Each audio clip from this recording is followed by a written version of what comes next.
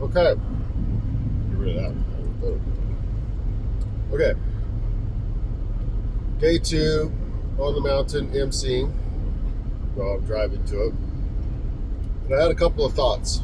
One, maybe I should change the description of me being a pro podcaster to semi-pro until I'm pro. And then I thought, well, what defines pro? Because I've been doing this full time for a year. So I'm defining pro as it pays you a living wage. And last year, I was still collecting some money from a previous employer where I was working for him still, but I had some income going on, and so I was only short on a few months and of covering, the basics. Oops. We're gonna fix this. Trust me. It drives me crazy. Every time I hit a bump, it shifts down. Anyway, I wasn't covering all the bases, but I had a good stack of funds, and so I was supplementing with my personal savings, but I was so close that it was like the lack of I didn't have a sense of urgency, which is the second thing that was on my mind this morning is how do you? Some people just have a sense of urgency and they just do it.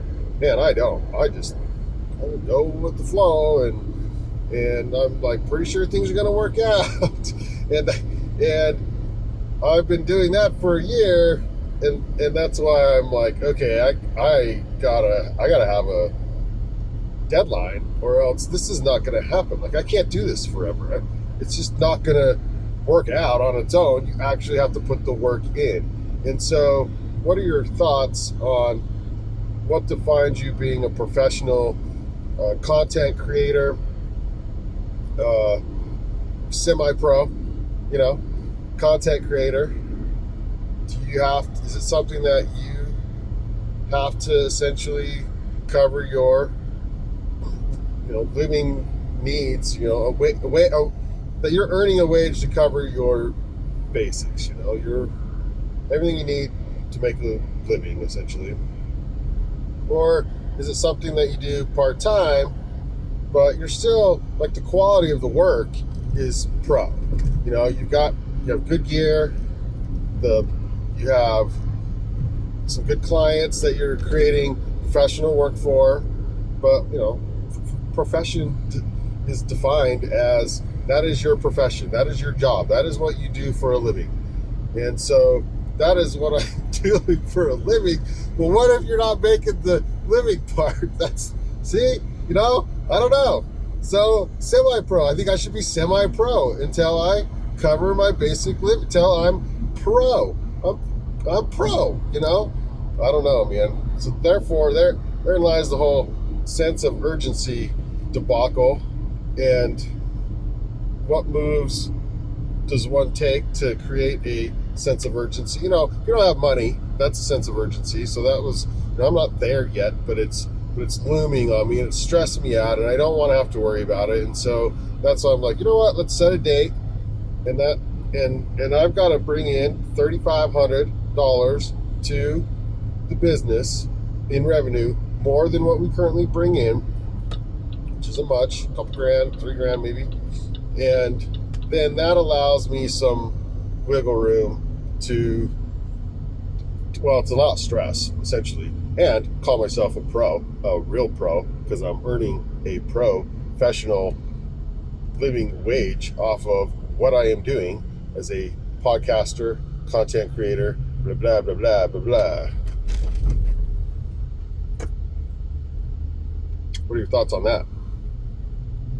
Are we all pro? Because, there's a phrase, one time I used to, well, I'd say run marathons, but I sure did walk a lot.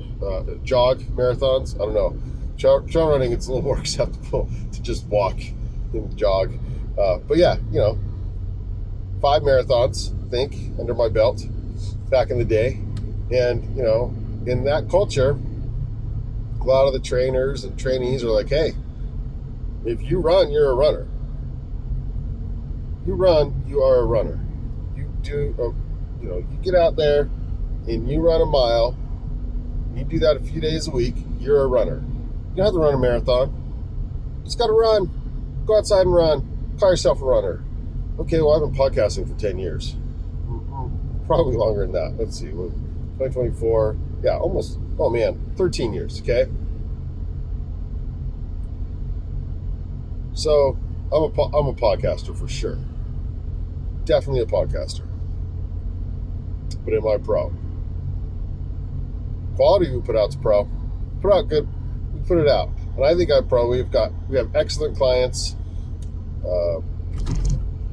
I just got to get the living wage up to really call myself pro. That's the thought of the morning. What makes you pro?